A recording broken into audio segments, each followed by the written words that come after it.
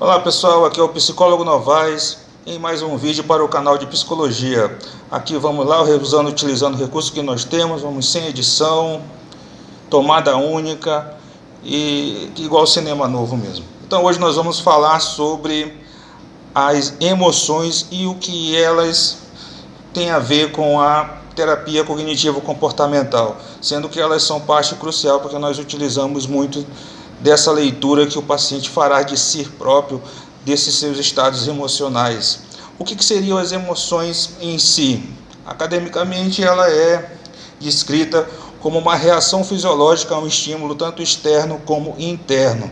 Então, aquela sensação que é percebida, que vai gerar uma emoção. Então, por exemplo, se eu me deparo com uma situação de perigo, meu olho é estimulado por aquela imagem que transmite aquele impulso elétrico para o meu cérebro, que vai reagir colocando o meu cérebro em alerta, despertando medo.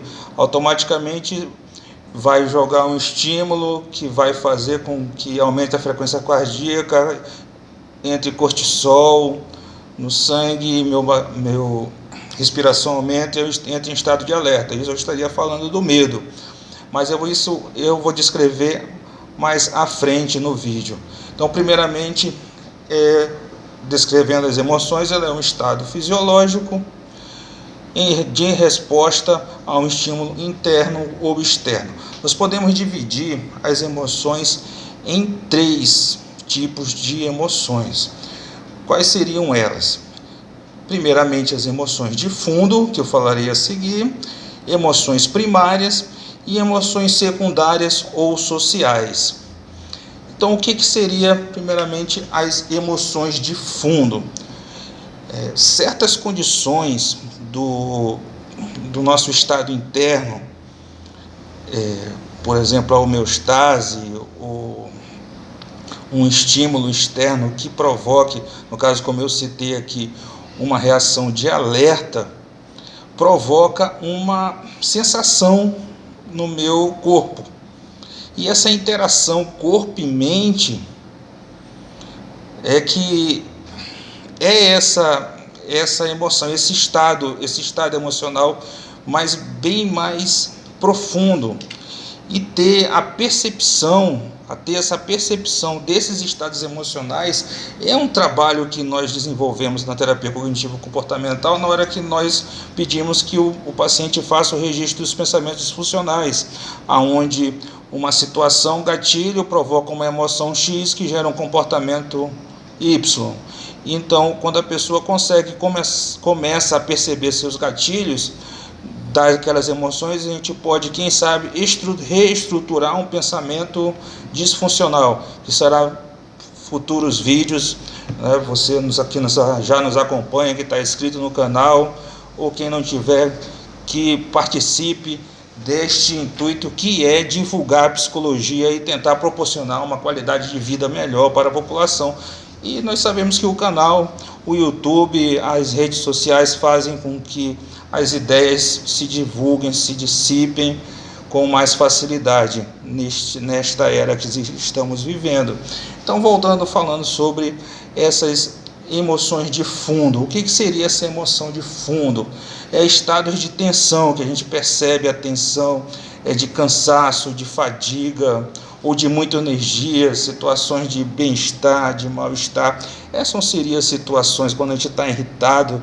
Então, aquele estado emocional bem mais profundo, que já é sentido no corpo mesmo, que seriam essas emoções de fundo. A gente podia elencar a fadiga, estar irritado, energia, vitalidade.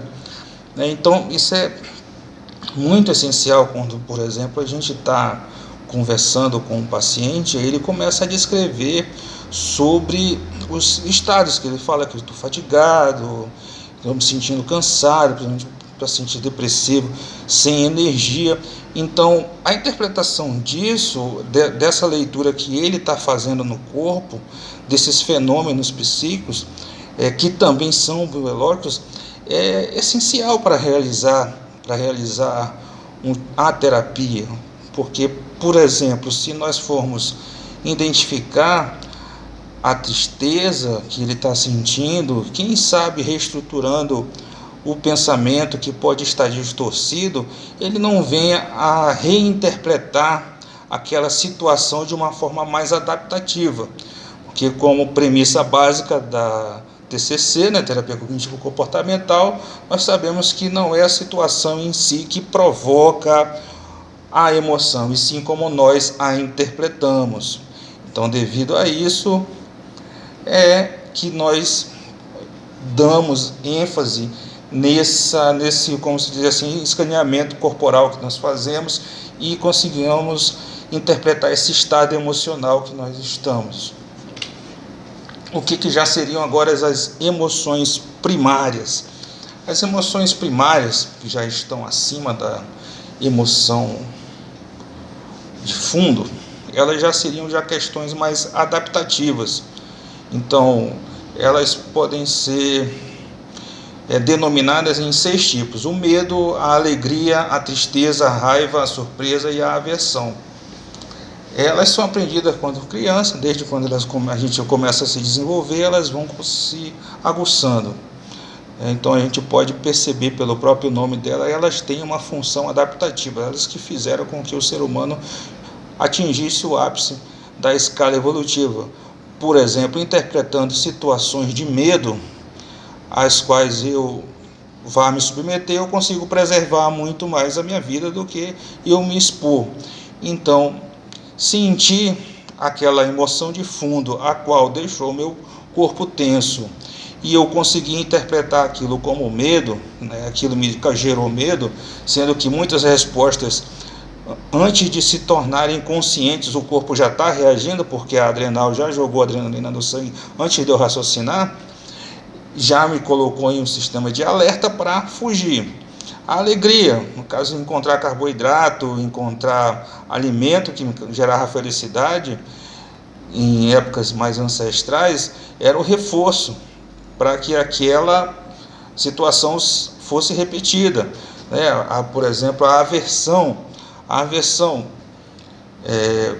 para evitar alimentos estragados ou alimentos tóxicos. Então nós nem precisamos muitas vezes ir lá e saber, se ler o rótulo, se tá de um produto, se ele está realmente na validade ou não. A gente sente o cheiro e vamos perceber que aquele cheiro meio podre, aí está podre, a gente já não vai querer comer.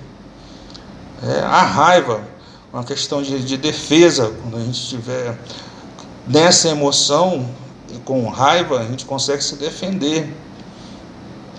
A tristeza também é algo que tem que fazer parte das nossas emoções, porque ela é naquele momento que, devido a uma situação, a gente fica mais recluso, pensativo, e quando nós estamos mais tranquilos, né, nós podemos tomar uma atitude com mais discernimento do que a flor de uma emoção através da raiva. Então você está naquele período onde a pessoa pode ficar mais pensativa, ela gera essa sensação no corpo.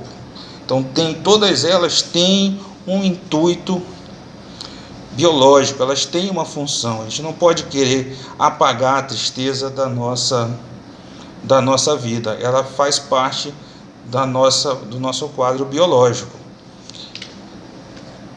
O terceiro tipo de emoção seria as emoções, né, as emoções secundárias ou sociais. Essas emoções já são aprendidas, são herdadas, são heranças familiares, convenções sociais, religiosas, culturais e econômicas.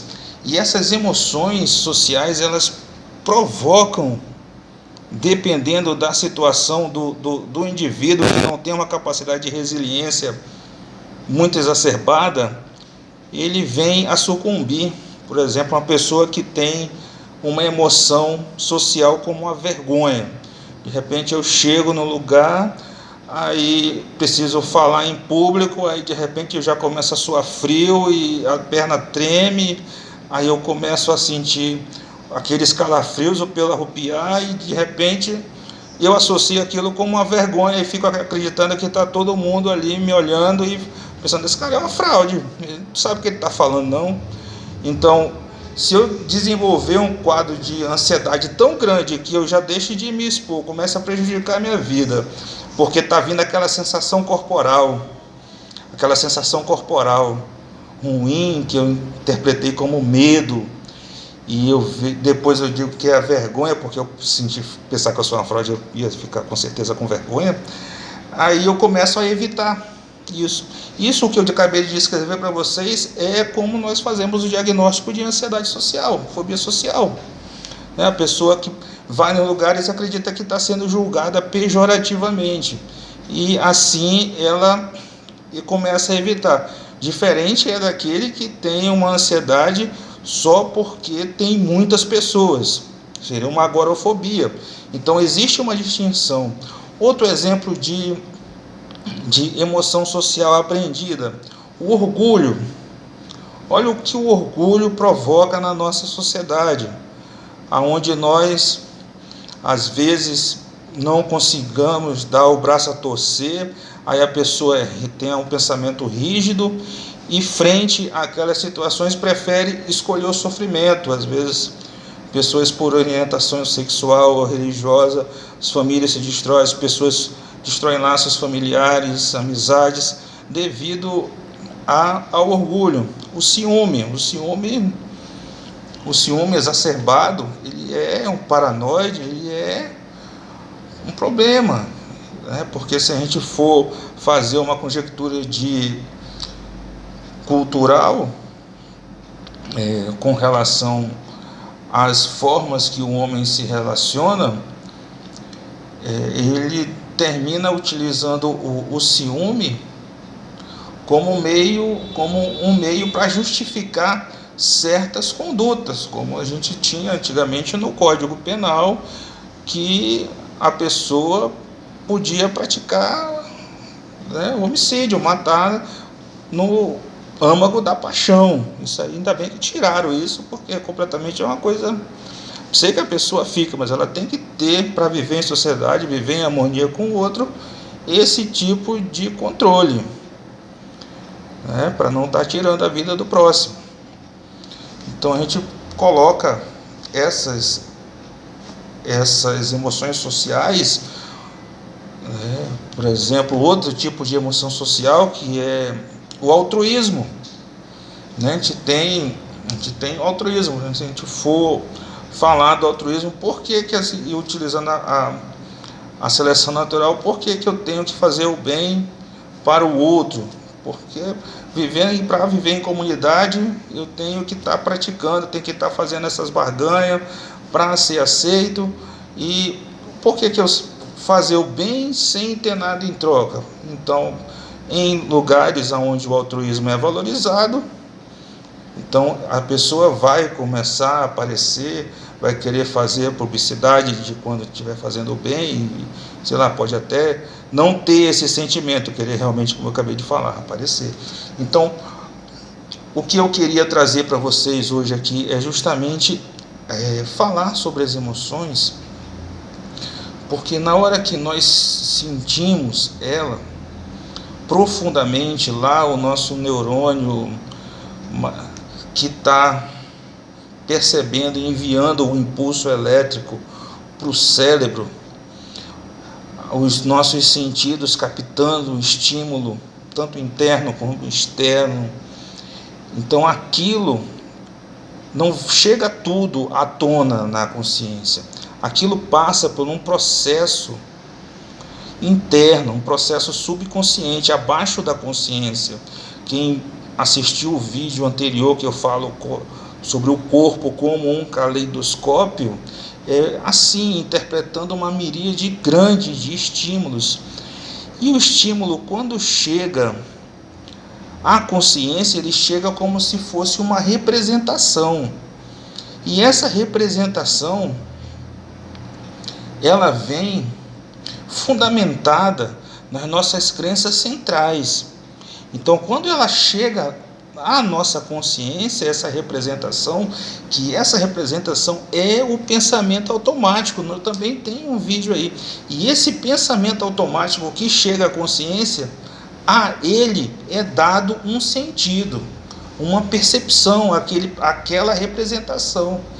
E aquela representação vai provocar uma emoção.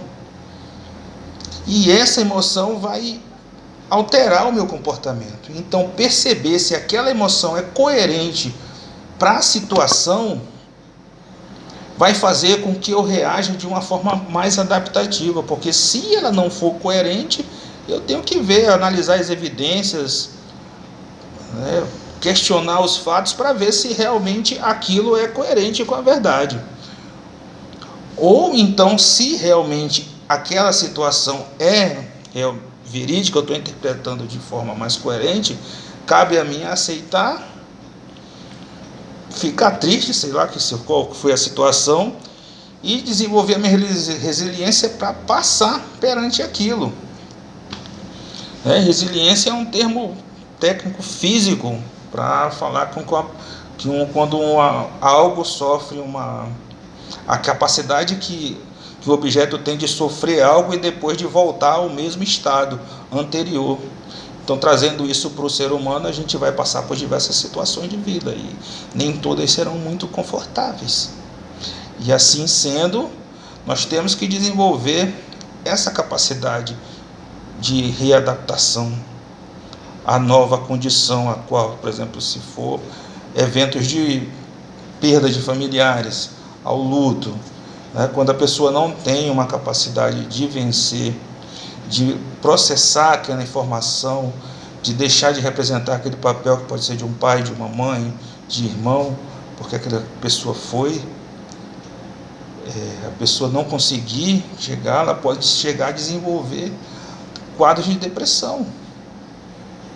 Então, resumidamente, o que eu tenho para falar para vocês é que as emoções são estados fisiológicos que nós interpretamos do meio ou de estímulos internos, porque a sensação de sede, acontece algo aqui que está faltando água e de repente me vem a percepção e eu sinto a boca seca, eu dá vontade de beber água. E eu não preciso pensar que eu estou com sede, eu simplesmente sinto. Então, as emoções de fundo, que eu falei, que são aquelas difíceis de você perceber. Você tem que ter uma certa consciência para perceber as emoções de fundo. As emoções primárias, que são já as adaptativas, e as emoções secundárias, que são as aprendidas, através de convenções sociais, através da cultura, da economia do país que a gente vive. E por favor, se inscrevam no canal, vamos aí prosperar junto, vamos divulgar a psicologia para que ela chegue às pessoas e elas vejam que tem um profissional específico que pode ajudá-las a melhorar uma qualidade de vida, que ela não precisa sofrer. Por exemplo, eu falei no vídeo de ansiedade social, tem vários outros tipos de situações as quais essa leitura das emoções nós podemos, quem sabe, viver melhor. Essa é a nossa função, promover a qualidade de vida nossa, das instituições. Então, muito obrigado, vamos se inscrever no canal, Psicólogo Novaes, daqui de Rondônia, Porto Velho, Brasil. Até o próximo vídeo. Eu vou falar sobre distorções cognitivas, que vai ser justamente aquela que eu falei aqui, aquela representação que foi dado significado, e se aquela interpretação sobre esse pensamento automático foi coerente ou não. Se não foi coerente, ele foi distorcido. Então nós vamos falar, o próximo vídeo vai ser sobre distorções cognitivas. Vamos lá, dê aí o seu joinha aí, se inscreva no canal e vamos aí mais um dia. Até o próximo. Muito obrigado.